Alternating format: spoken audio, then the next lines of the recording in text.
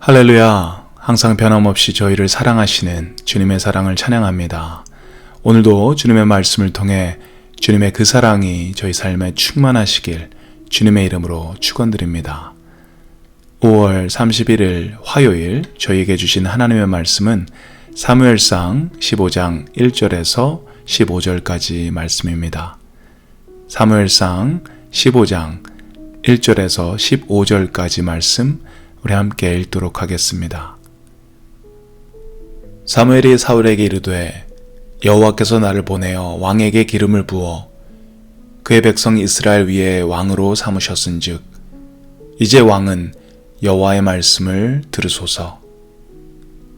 만군의 여호와께서 이같이 말씀하시기를 아말렉이 이스라엘에게 행한 일 곧 애굽에서 나올 때에 길에서 대적한 일로 내가 그들을 벌하노니 지금 가서 아말렉을 쳐서 그들의 모든 소유를 남기지 말고 진멸하되 남녀와 소아와 젖먹는 아이와 우양과 낙타와 나귀를 죽이라 하셨나이다 하니 사울이 백성을 소집하고 그들을 들라임에서 세워보니 보병이 20만 명이요 유다 사람이 10,000명이라. 사울이 아말렉 성에 이르러 골짜기에 복병시키니라. 사울이 겐 사람에게 이르되 아말렉 사람 중에서 떠나가라. 그들과 함께 너희를 멸하게 될까 하노라. 이스라엘 모든 자손이 애굽에서 올라올 때에 너희가 그들을 선대하였느니라. 이에 겐 사람이 아말렉 사람 중에서 떠나니라. 사울이 하윌라에서부터 애굽 앞 술에 이르기까지 아말렉 사람을 치고 아말렉 사람의 왕 아각을 사로잡고 칼날로 그의 모든 백성을 진멸하였으되 사울과 백성이 아각과 그의 양과 소의 가장 좋은 것 또는 기름진 것과 어린 양과 모든 좋은 것을 남기고 진멸하기를 즐겨 아니하고 가치 없고 하찮은 것은 진멸하니라. 여호와의 말씀이 사무엘에게 임하니라 이르시되 내가 사울을 왕으로 세운 것을 후회하노니 그가 돌이켜서 나를 따르지 아니하며 내 명령을 행하지 아니하였음이니라 하신지라. 사무엘이 근심하여 온 밤을 여호와께 부르짖으니라. 사무엘이 사울을 만나려고 아침에 일찍이 일어났더니 어떤 사람이 사무엘에게 말하여 이르되 사울이 갈멜에 이르러 자기를 위하여 기념비를 세우고 발길을 돌려 길갈로 내려갔다 하는지라. 사무엘이 사울에게 이른즉 사울이 그에게 이르되 원하건대 당신은 여호와께 복을 받으소서. 내가 여호와의 명령을 행하였나이다 하니 사무엘이 이르되 그러면 내 귀에 들려오는 이 양의 소리와 내게 들리는 소의 소리는 어찌 됨이니까 하니라. 사울이 이르되 그것은 무리가 아말렉 사람에게서 끌어온 것인데 백성이 당신의 하나님 여호와께 제사하려 하여 양들과 소들 중에서 가장 좋은 것을 남김이요 그 외의 것은 우리가 진멸하였나이다 하는지라. 아멘. 13장에 사울이 정한 시간에 사무엘이 오지 않자 먼저 번제를 드리는 사건이 일어났습니다. 그때 처음으로 사울이 큰 실수를 범하는 모습을 보여주었습니다. 그리고 그 일로 인해서 사울은 사무엘로부터 그의 통치가 길지 못할 것이라는 경고를 받았습니다. 오늘 본문은 사울이 두 번째 실수를 범하게 되는 내용입니다. 1절 말씀을 보시면 사무엘이 사울에게 여호와의 말씀을 전달하기 위해 찾아왔습니다. 여호와의 말씀은 바로 아말렉을 진멸하라고 하시는 명령이었습니다. 아말렉은 에서의 손자 아멜렉의 후손들입니다. 그들을 하나님께서 진멸하라고 하시는 이유는 그들이 과거 이스라엘이 출애굽할 때에 르비딤 광야에서 이스라엘 진영의 뒤쪽에 있는 사람들을 공격하였기 때문입니다. 그 당시 이스라엘은 이집트에서 노예 생활에서 해방된 직후기 때문에 아말렉의 공격에서 그들을 방어하기가 어려웠습니다. 그래서 그때 아말렉의 공격으로 굉장히 큰 타격을 받았습니다. 오늘 사무엘이 아말렉이 이스라엘에게 행한 일, 곧 애굽에서 나올 때에 길에서 대적한 일은 이때의 사건을 이야기하는 것입니다. 하나님은 그 사건을 기억하시고 사울을 통해 이 아말렉 족속을 진멸하라고 명령하신 것입니다.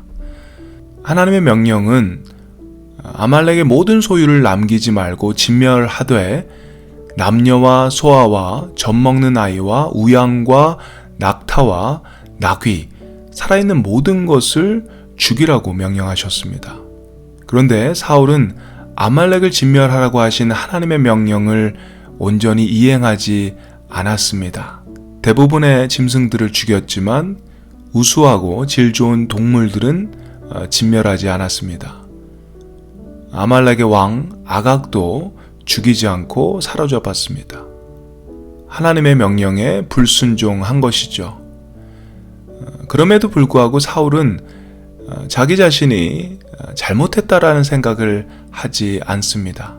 그래서 자신을 위하여 기념비를 세우기까지 합니다.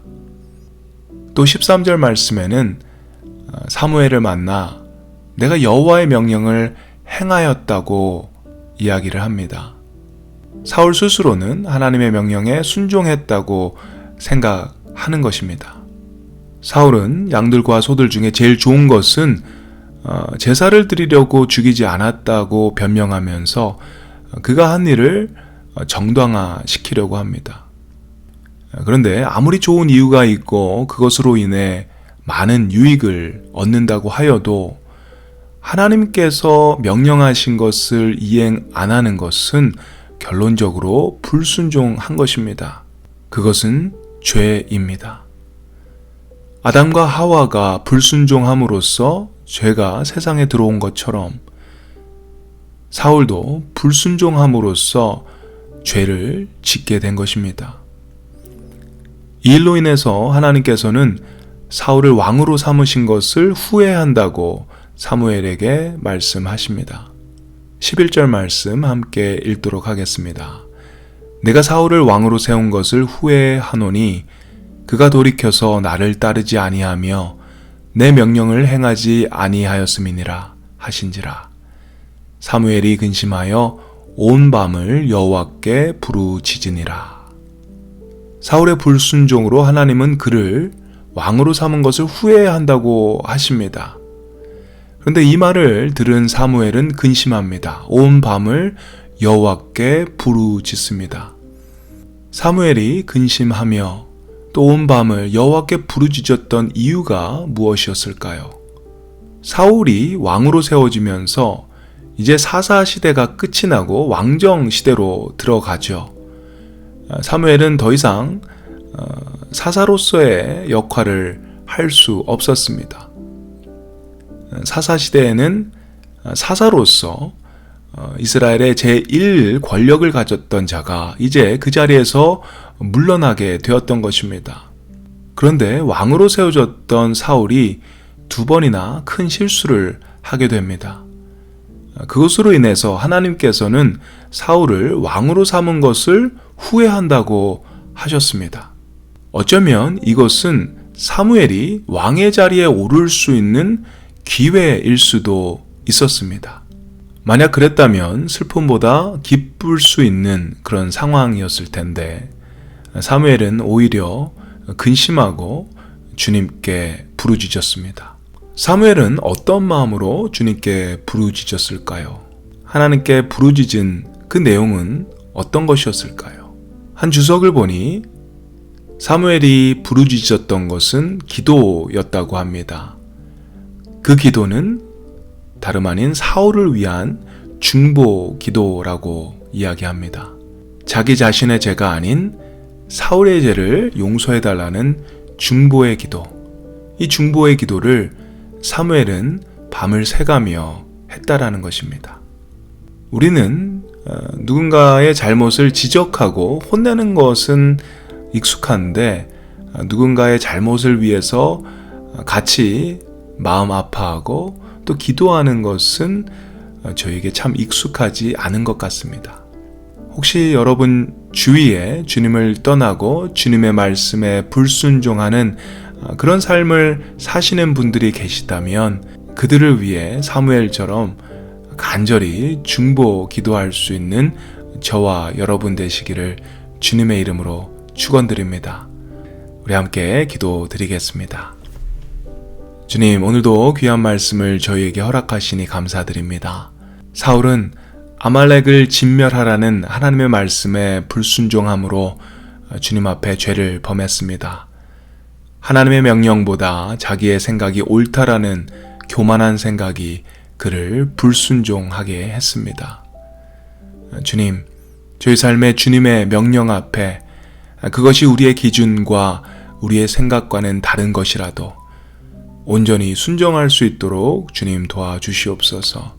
하나님의 어리석음이 사람의 지혜보다 더 지혜롭고 하나님의 약함이 사람의 강함보다 더 강함을 저희가 기억하게 하시고 겸손히 주님의 명령에 순종할 수 있게 도와주시옵소서.